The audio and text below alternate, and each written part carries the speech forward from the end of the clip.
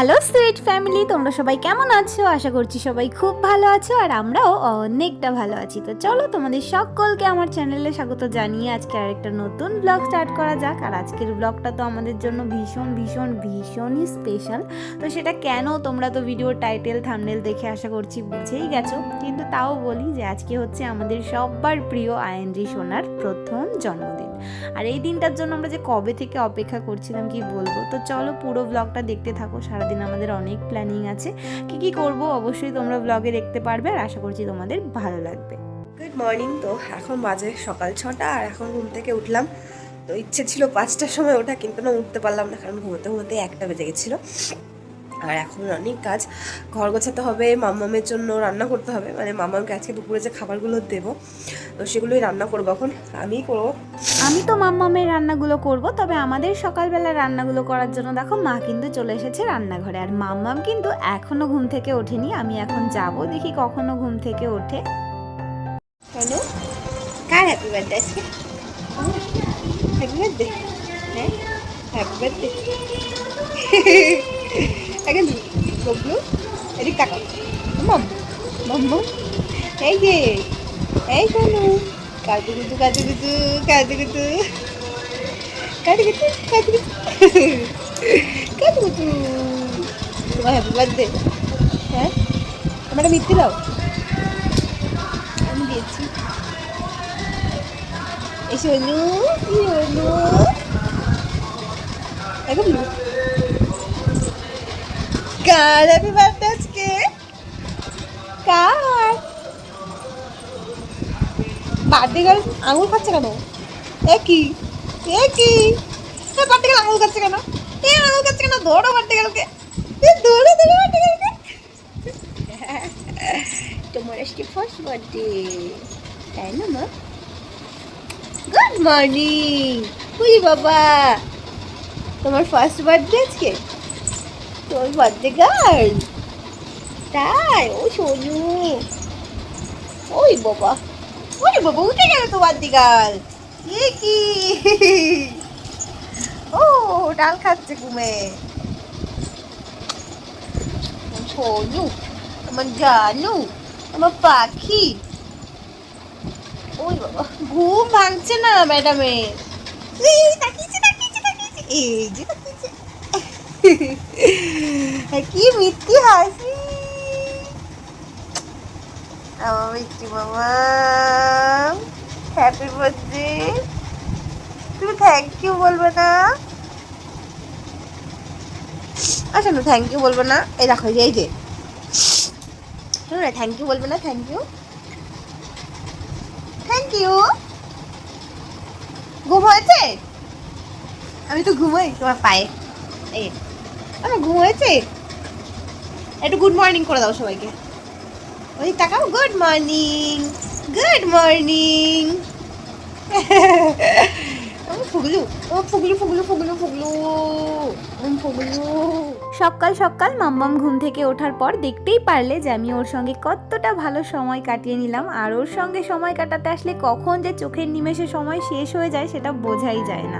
আর এখন তো যত দিন যাচ্ছে ওর সঙ্গে থাকতে আরও বেশি ভালো লাগে, কারণ ও অনেক কিছু রিপ্লাই দিতে পারে, অনেক কিছু অ্যাক্টিভিটি করে যেগুলো দেখতে যে এত ভালো লাগে কি বলবো। আর এদিকে দেখো বড়মশাই আর ভাই অনেক সকাল সকাল বেরিয়েছিল আমাদের সবার জন্য মাছ মাংস আনতে আর কি। তো সবার জন্য দেশি মুরগি এনেছে, সেই সঙ্গে মাম্মামের জ্যান্ত মাছ এনেছে, মাছের মাথা, আরও যে কিছু মাছ আজকে ওকে রান্না করে দেওয়া হবে সেগুলো এনেছে। তো আমি এখানে মাম্মামের মাছের মাথাটা পরিষ্কার করে নিলাম, কারণ ওগুলো রান্না করবো। ততক্ষণ মায়ের দেখো সকালের রান্না বান্নাও হয়ে গেছে। করেছে মাছের মাথা দিয়ে ডাল, সেই সঙ্গে মাছ দিয়ে লাউ দিয়ে তরকারি আর কাতলা মাছের ঝোল। আর এদিকে মা রান্না করে এখানে আরও এসে কাজে লেগে পড়েছে। আর ওদিকে রিমা আর বৌদি মাংস পরিষ্কার করছে, আমি এদিকে কাজ করছি, মানে সকাল থেকে সবাই ভীষণ ব্যস্ত। আবার হ্যাপি বার্থডে। ওই যে কে হয়েছে ক্যামেরার ভিতরে, ওই যে ফোনে কে হয়েছে, ওই যে এই যে এটা কি, এই যে এই যে এটা কি, এই বাচ্চাটা কে? এই বাচ্চাটা, এই বাচ্চাটা কে? পাখি, পাখি না? পুরি পুরি রাগ দেখে দিল, রাগ দেখাচ্ছে ক্যামেরায়। হ্যাঁ, আমার রাগ দেখাই দাও তো, ভয় দেখা দাও, ভয় দেখো, ওই যে ভয় দেখো, ভয় দেখো।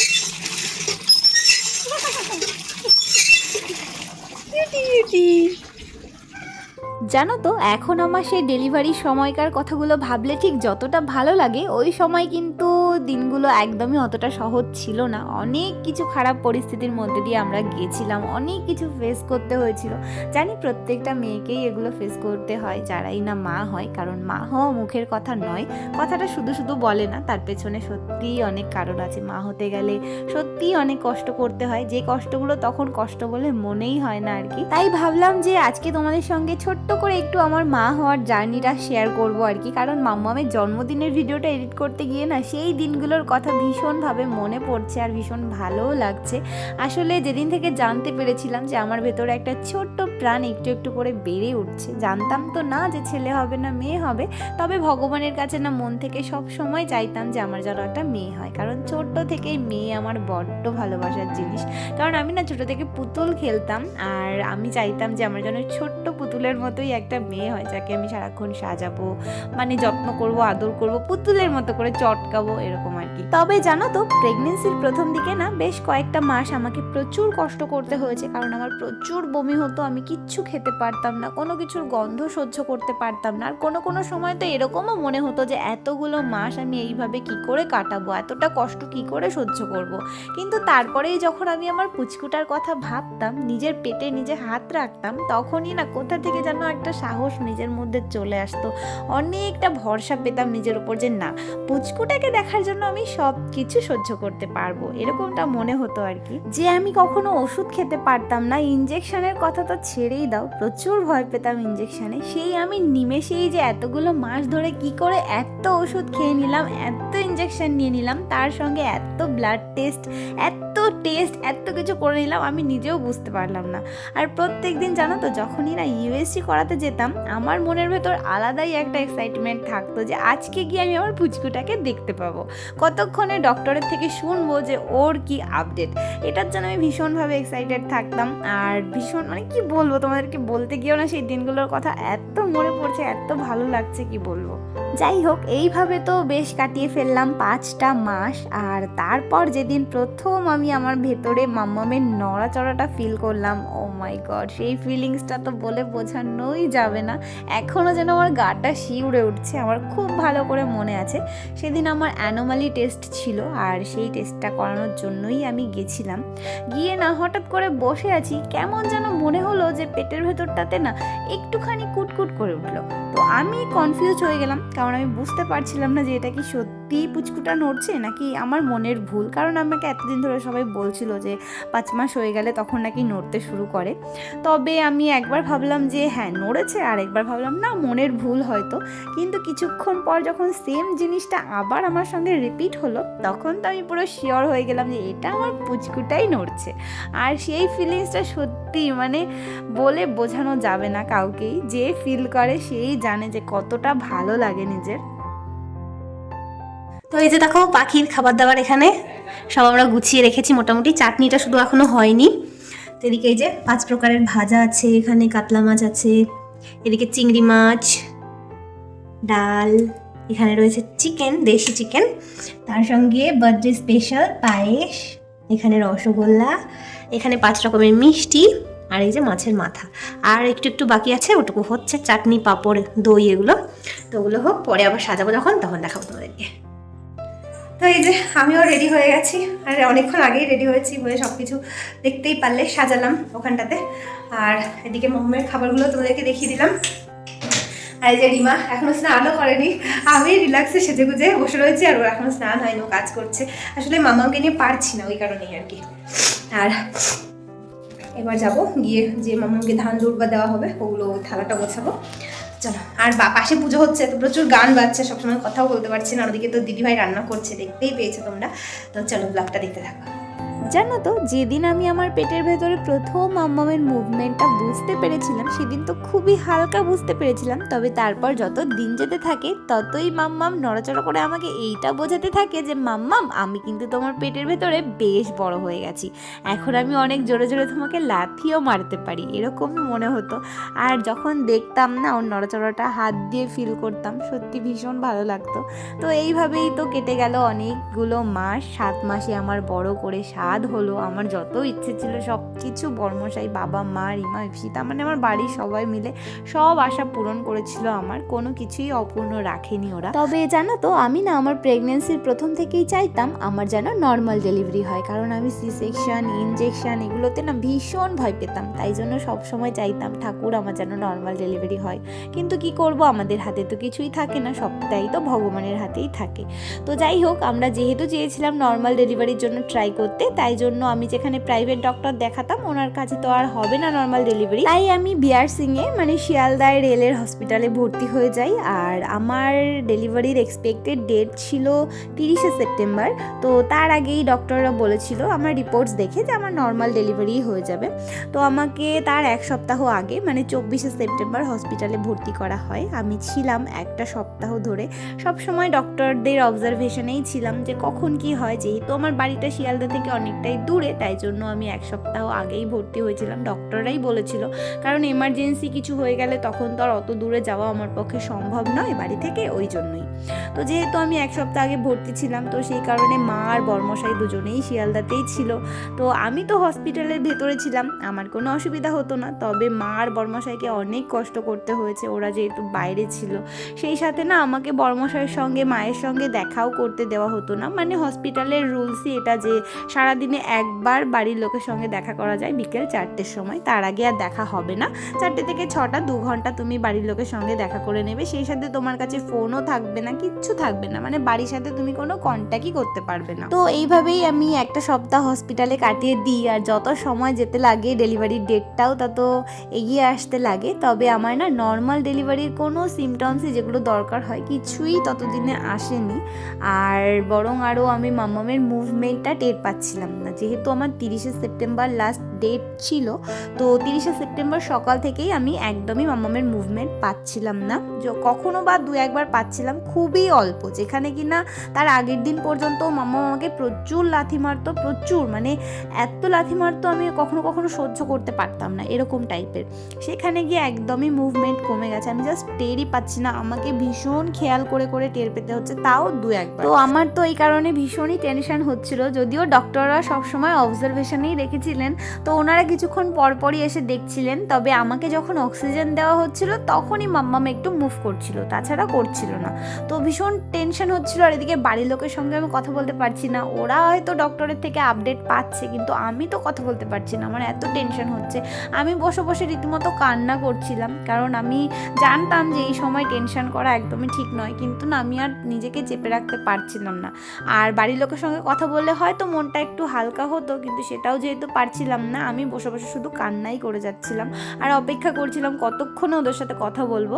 তবে জানো তো, রাত্রিবেলাতে গিয়ে আমি একটুখানি কথা বলার অনেক চেষ্টা করেছিলাম। আর ওখানে একজন মাসি ছিল, তো ওই মাসিটা ভীষণই ভালো ছিল, সবার চোখের আড়ালে লুকিয়ে আমাকে ফোন দিয়েছিল। ফোন দিয়ে বর্মশাইয়ের সঙ্গে আমি একটুখানি কথা বলেছিলাম বাথরুমে গিয়ে, তাও আবার 2 মিনিটের জন্য। জাস্ট ওকে বলেছিলাম যে ও যেন ডক্টরের সঙ্গে একটুখানি কথা বলে, যে মানে সি সেকশন করানোর জন্য। আমি আর একদমই নর্মালের জন্য মানে রিস্ক নিতে চাই না, আমি কখনোই চাই না যে আমার বেবির কোনো ক্ষতি হোক, আমি সবসময় চাই আমি যেন সুস্থভাবে আমার বেবিকে আমার কাছে পাই। তার জন্য আমাকে যা কিছু সহ্য করতে হয় আমি সব সহ্য করে নেব। তো এরকমটাই বর্মশাইকে বলেছিলাম।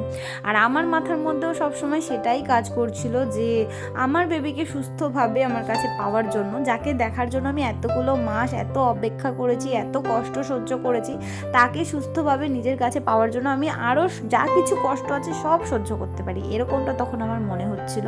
তখন কোথাকার ইনজেকশান, সি সেকশান কোনো কিছু আমার মাথার মধ্যে কাজ করছিল না, কোনো ভয় লাগছিল না, শুধু মনে হচ্ছিল কতক্ষণে আমার ডেলিভারিটা হবে, আমি আমার বেবিকে দেখতে পাবো। তো যথারীতি পরের দিন সকালবেলায় বর্মশাই ডক্টরের সঙ্গে এই ব্যাপারটা নিয়ে কথা বলে, কিন্তু আমি যে ডক্টরকে দেখিয়েছিলাম উনি না খুব একটা সি সেকশন করান না, উনি সবসময় নর্মালের জন্যই ট্রাই করেন।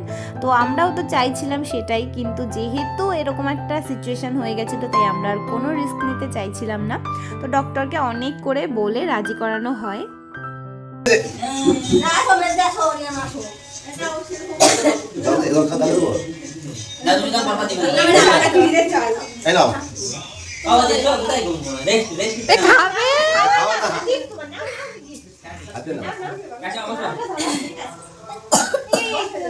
থ্যাংক ইউ বলে দাও সবাইকে, থ্যাংক ইউ। আচ্ছা এখানে থাক। যাতে এইদিকে ঢুকে থাকে। ও জামাটাকে পাল্টে দাও, আগে সবাই আশীর্বাদ করুক তারপর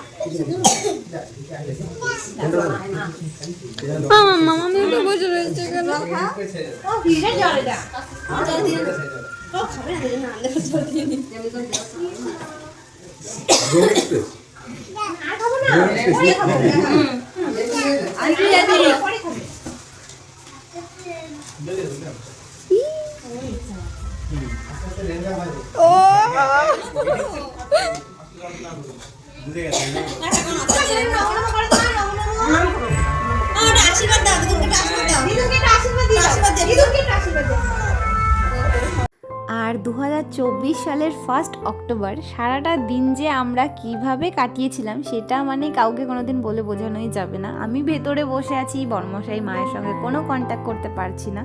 সারাটা দিন আমি বসে বসে কান্না করেছিলাম যে কতক্ষণে আমার ডেলিভারি হবে, কারণ সেই দিন আমি আরোই মাম্মামের মুভমেন্ট একদমই পাচ্ছিলাম না।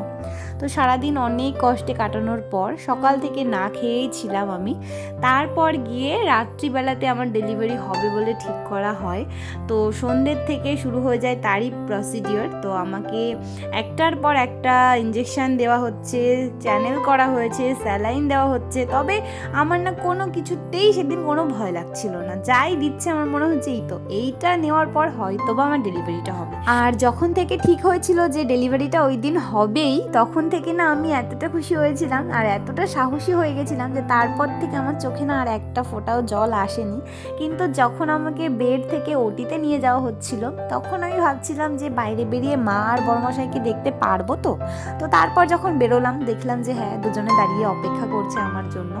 আর তারপর যখন আমি ওটিতে ঢুকছিলাম সেই মুহূর্তটাতে একটু কষ্ট হয়েছিল, একটু না মানে অনেক কষ্ট হয়েছিল। তখন আমার চোখের কোণে একটু জল এসেই গেছিলো আমি না চাওয়া সত্ত্বেও, কারণ তখন আমার মনের মধ্যে একটা জিনিসই কাজ করছিল একটু সময়ের জন্য, যে এই যে আমি ওটিতে ঢুকছি মা আর বড়মশাইকে দেখে, ওখান থেকে আবার বেরিয়ে এদের দুজনকে দেখতে পারবো তো, মানে আমি সেই সিচুয়েশনে থাকবো তো, এরকম একটা ব্যাপার মাথার মধ্যে কেন জানি না একটুখানি কাজ করেছিল। তারপর যখন আবার আমি ওটিতে ঢুকে যাই তখন গিয়ে আর কোনো ভয় লাগছিল না। কিন্তু যখন আমাকে অ্যানাস্থেশিয়ার জন্য ইঞ্জেকশনটা দেওয়া হয় তো তার আগে একটু ভয় লাগছিল, কারণ অনেক শুনেছি এই ইঞ্জেকশনটার ব্যাপারে যে ভীষণ ব্যথা লাগে এই ওই সেই, তো ভীষণ সেই কথাগুলো মাথার মধ্যে ঘুরছিল। কিন্তু আমি জাস্ট এটাই ভাবার চেষ্টা করছিলাম যে এইটুকু সহ্য করলে আমি আমার পুচকুটাকে দেখতে পারবো। তো এটা ভেবে ভেবেই আমি নিজেকে অনেকটা শান্ত করছিলাম, অনেকটা সাহস জুগিয়েছিলাম নিজের মধ্যে। আর তারপর যখন ইঞ্জেকশনটা দেয়, হ্যাঁ লেগেছিল, অনেকটাই লেগেছিল, কিন্তু মাম্মামকে দেখার খুশির কাছে ওইটুকু ব্যথা লাগা কোনো ব্যাপারই নয়। তারপর তো ওটি শুরু হয়, আর ওটি যখন হচ্ছিল তো ওপর থেকে যেখান থেকে লাইটটা আসে ওখানে না কাচের মধ্যে আমি পুরো জিনিসটাই দেখতে পারছিলাম কিভাবে কি করছে কি না করছে। তো প্রথম দিকে আমার ভীষণ ভয় লাগছিল, আর আমি জানি না নর্মালি হয়তো চোখটা ঢেকে দেওয়া হয়, কিন্তু আমার চোখটা না ঢাকেনি, ওনারা ভুলে গেছিলো কি না আমি জানি না। তো তবে যখন মাম্মামকে বের করছিল তার আগে না আমার চোখটা ঢেকে দিয়েছিল, তো আমি দেখতে পাইনি।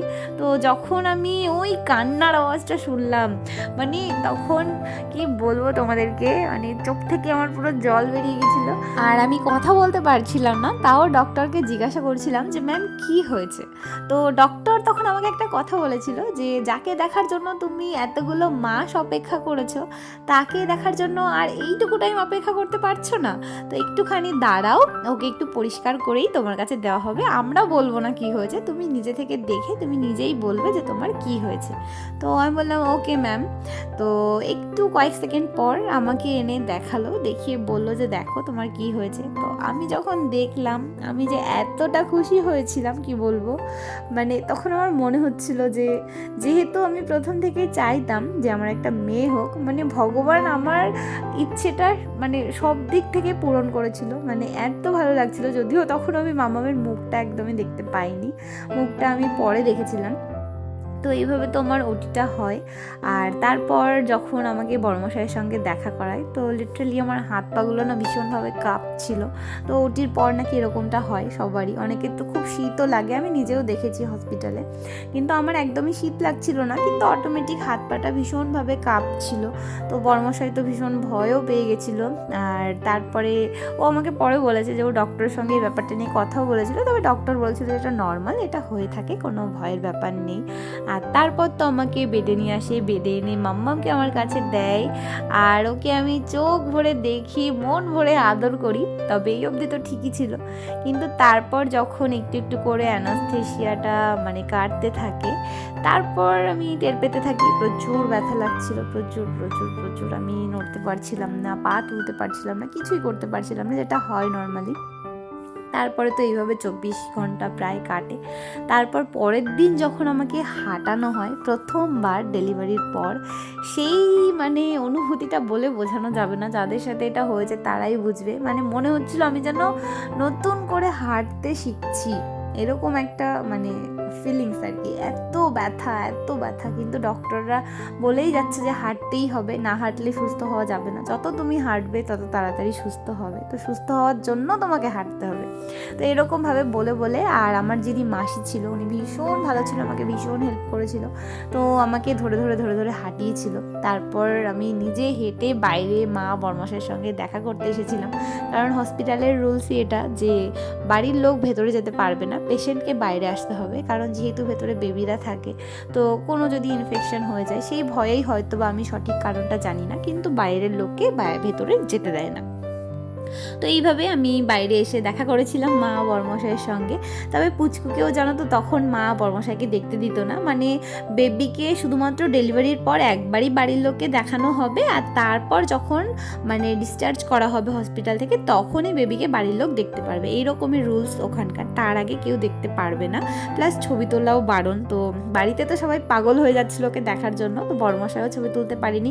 আর আমি না ওটিতে যাওয়ার আগে বারবার করে বড়মশাইকে বলেছিলাম একটা কথাই, যে তুমি কিন্তু যেভাবে হোক পুচকুটার একটা ছবি তুলবে, কিন্তু ও তখন তুলতে পারিনি, কারণ প্রচুর টেনশনে ছিল বেচারা, বড্ড ভালোবাসে আমাকে, তো এই কারণেই আর কি। তবে যেদিন আমার ডেলিভারি হয় সেদিন রাত্রিবেলাতেই বড়মশাই আমার যিনি মাসি ছিল ওনাকে দিয়ে মাম্মামের একটা ছবি তুলিয়ে সেটাই বাড়িতে পাঠিয়েছিল, সেটাই সবাই দেখেছিল। তো এইভাবেই আমাদের ছোট্ট ফুটফুটে রাজকন্যা আমাদের কাছে আসে, আমরা ওকে পাই।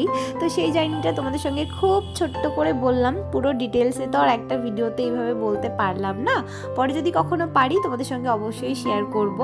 আর এতক্ষণ ধরে তো দেখতেই পারলে যে মাম্মামের জন্মদিনে আমরা কি কি করেছি, যদিও তোমাদেরকে সেগুলো আমি সেইভাবে বলতে পারলাম না, তবে তোমরা ভিডিওতে দেখেছো। আর এখন এই যে আমাদের একটু ফটোশ্যুট হচ্ছিল সবার, আর এরপর মাম্মাম কেক কাটবে। তো চলো তোমরা এখন পুরো ভিডিওটা দেখতে থাকো।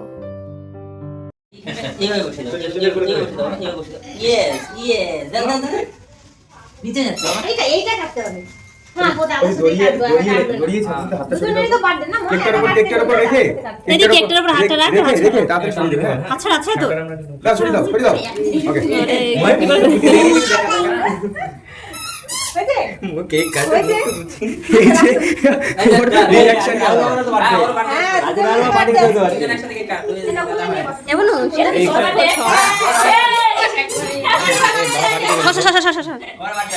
এই বাবা হ্যাঁ মামা তুই খাওয়া কখন দিবা? দাঁড়াও কেক কাটার আগে দাঁড়াও এক সেকেন্ড গাল আর মোহন এই যে তোমার হাতটা আছে এমন তুই ফটো তুলে বার এই যে দাদা এই দেখো ওকে ওকে মামার ফোনে ছবি তুলতে পারতে না এই যে মামা দেখো এইদিকে কি ও এদিকে ঢুকে এই শুভ জন্মদিনটা বলতে গেছে না না এটা কেটে নাও এটা কেটে দাও রাহুল আর মিলে কাটো দাও এবার কি করব এই ভিডিও বলছি কত ভিডিও একসাথে দুজনে হাত ধরো ধরে কাটো এই মামা একটু ফুদাও ও ফুদে গেল ফুদাও মানে ফুদাটা ফুদাও রাত্রি বেলা মতো ফুদাও মানে ফুক মামা ফুদাও ফুক আরে ফুকার ফুক ফুকার দাও দাও এই করছিল রে ও করে দাও করে মামা ফুকারা ফুকারা ফুক ফুক যাও যাও যাও যাও দাও দাও না ফুদা ফুদা চুরির দিকে তাকিয়ে আছে ওখানে ফুক ফুক এদিকে শর্ট দাও এরা দুই জায়গা হাই আরে ঠিক আছে এবার কেক কাটো এবার কেক কাটো নিউ স্টাইলে নিয়ে গেছে মোমবাতি happy birthday to you happy birthday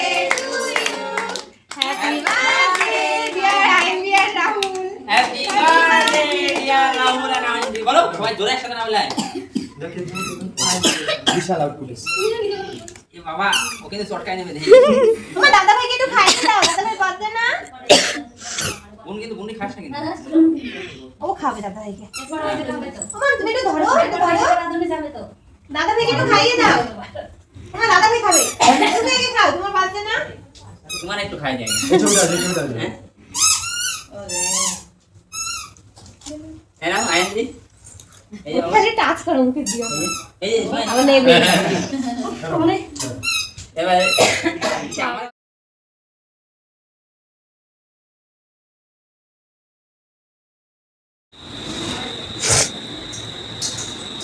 কেমন খেলি বল? স্যাড।